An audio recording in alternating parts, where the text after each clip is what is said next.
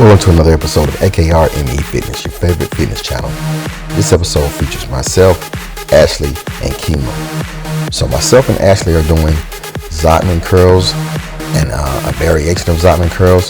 So the way we perform this exercise is you start the curl with the weights in your hand, palms facing forward.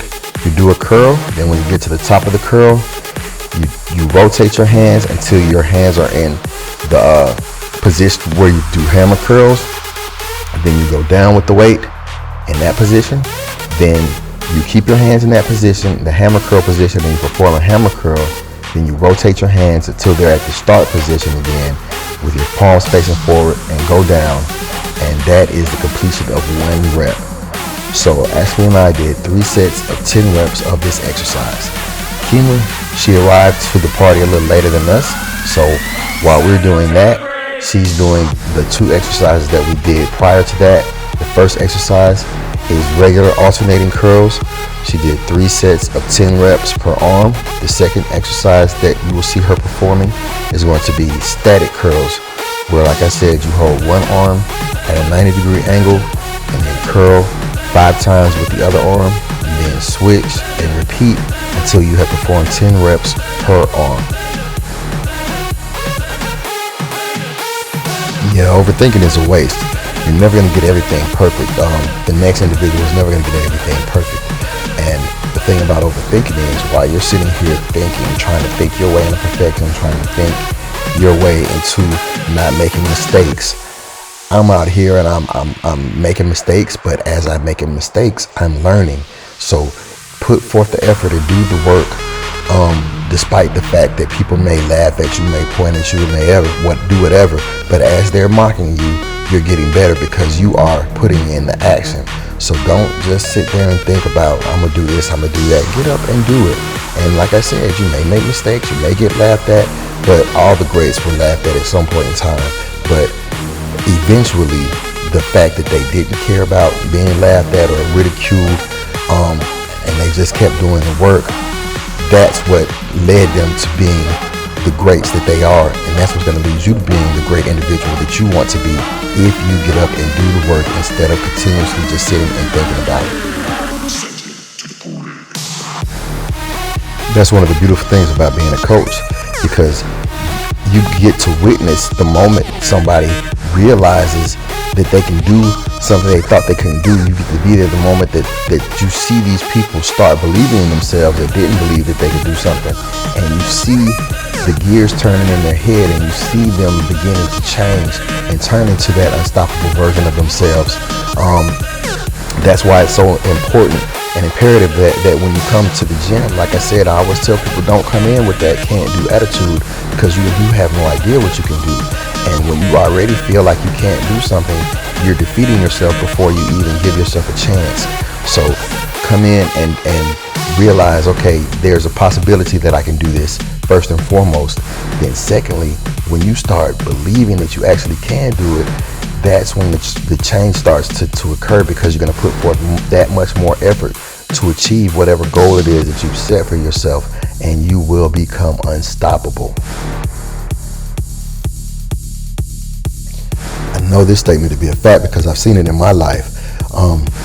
The person that I was and the person that I have been called to be, the person that God wants me to be, are in direct conflict with one another. So the person that I was, I used to try to push people away from me because of, different traumas that I've been through as a child. So I didn't really like people being around me, but God called me to be a leader. So as a leader, I can't really push people away from me because I'm supposed to be leading these individuals. And the past version of myself was probably potentially pushing away people that I had been called to lead, to instruct, to direct. But based upon the version of myself that I was then, I had no desire to do so, and I had no intent to do so. So if I am to be the person I'm supposed to be, then that version of me had to die, had to get put to rest. So, essentially, like I said, when I was in my hospital bed, that version of me died right there, and the new me was reborn so that I could move into the future that God has in store for me. heard this said in a lot of different ways. So this one says, always don't open new doors. They also say, if you always do what you've always done, you'll always get what you've always gotten. So in order to spark new growth, at some point in time, you're going to have to do something different, something that you're not accustomed to. Like they always say, you have to get comfortable being uncomfortable, and doing something that you're not used to, of course, is going to be uncomfortable. But that's where the growth is going to occur. That's where, your breakthrough could lie right there, in the fact that you have to do something different. So don't be scared to try new things. And like I said earlier, you may fail, you may look silly, but that's all part of the process. And eventually, that process is going to lead to progress. So don't be scared to try different things if you're really trying to make progress in your life. See, they put a good different spin on these words, so that when you encounter these words, you can think about them in this manner and still keep pushing. So they said fail means your first attempt in learning. So it's just your first try. It doesn't mean that you're a failure. It doesn't mean that you can't get it. It just means it's your first try. So try it again. And they say look at end as effort never dies. So keep on putting forth that effort. Don't let that energy and that effort die. Because as long as you keep on putting forth that effort, eventually you will get it. And take no to mean next opportunity. This opportunity where this individual told you no, that means, okay, that opportunity wasn't for you. So you just move on to the next opportunity. Have you ever had that instance where you do something and you don't do your absolute best, and so you don't get the results that you necessarily want or you expect? And it leaves you wondering, well, what would have happened had I done my best? Well, that's why you're always supposed to do your best. Never leave anything on the table.